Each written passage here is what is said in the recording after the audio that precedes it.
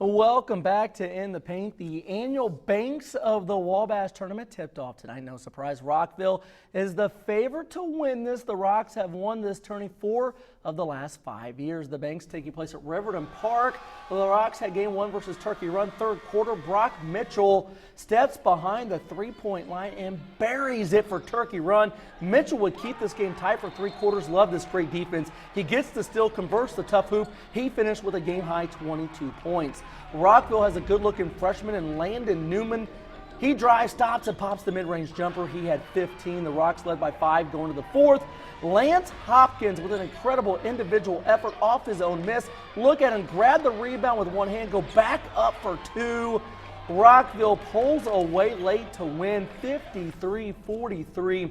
ISU baseball signee Dalton Laney with a career-high 17 points in the Rocks victory. A lot of baseball players and basketball players. This area is just loaded with athletes. It's insane. That's what it is. And to think Laney almost didn't play basketball this season.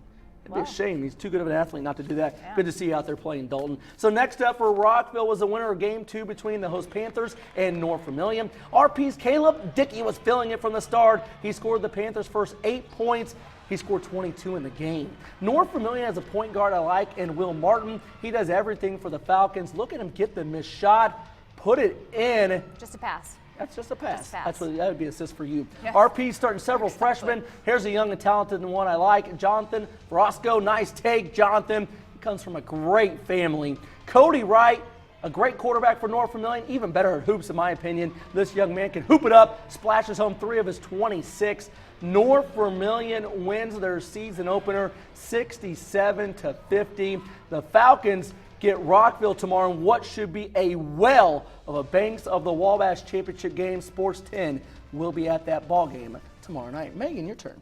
Well, thank you. Over in Illinois, big things expected from Marshall this season. Their head coach Tim Pearson had this to say about his team and their expectations. Quote, "Yes, we have some talent, but we have a lot of work to go before we fulfill that talent," end quote. Marshall played their home opener this evening against Hudsonville. Third quarter, Brock Finkbeiner. Look at this finish here. Unbelievable there, 40-26, the Lions with the lead. He was all over the place tonight. Finkbeiner again with the steal, finishes down under, oh, he missed underneath. There's the finish there, 46-31 Marshall.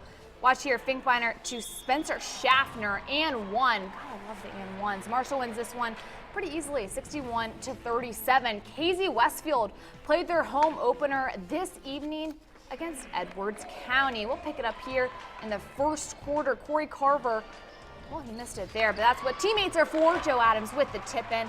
We're all tied up here in the first. Joe Adams, a lot of room there, hits a 3 from the top of the key. Casey with a 3-point lead, and then Jared Bradenberg, watch this play right here. Gets it, pump it, got him. Finishes the shot there. Edwards County, though, would go on to win this one, unfortunately, 58-55. Rick. Time now for our Sports 10 Spirit Award. We'll start with the North Central fans always cheering down there in Farmersburg. How about let's head up to Eels Country. Oh, I like the support there. All decked out, Hawaiian theme. I wish it was warmer out. I had the Turkey Run fans. They were loud and proud. Look at that, jumping up and down. And the Marshall fans over in Illinois. Was that like the Hawaiian theme as well? I don't know, but I like the sunglasses there up front. And North Davies Cougars did always a great place to play. A lot of Hawaiian themes. We didn't get the memo. We didn't. I would have worn a you could have done it. I wouldn't have done it. No, I would. But you idea. could have done it, no doubt about that. I wish I'd bring the warm weather in the area. Time for the Subway sub of the game. It goes to Northview sophomore Braden Tucker.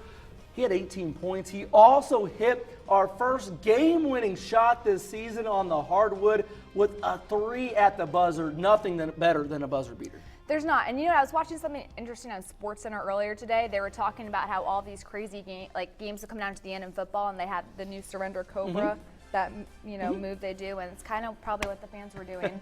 Well, congratulations to Braden Tucker, our Subway sub of the game. Time now for the Sports 10 Top 5 Fantasy Stars of the night. And let me tell you, if you didn't have a double-double, sorry, you didn't make it. But there were some guys who had 30-point performances that we didn't put on here. Because they didn't have a double-double. Nope. Because it wasn't enough for us. Look at this right here tonight. Braden Van Zandt, 32 points, 12 rebounds. We mentioned the 5 dunks. We probably combined it for 32 points in our careers.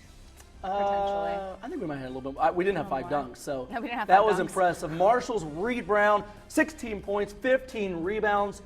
Josh D-Ball, mentioned it earlier, 24 points, 10 rebounds for a very good Linton ball club. Robinson's Brody Scott helps the Maroons get their first win of the season, 21-12. And Nord Davies' big man, Shannon Chesterfield, had 14 points and 11 rebounds. Again, congrats to our top 5 fantasy stars of the night. That does it for our very first In the Paint of the season. I hope everybody has a great weekend.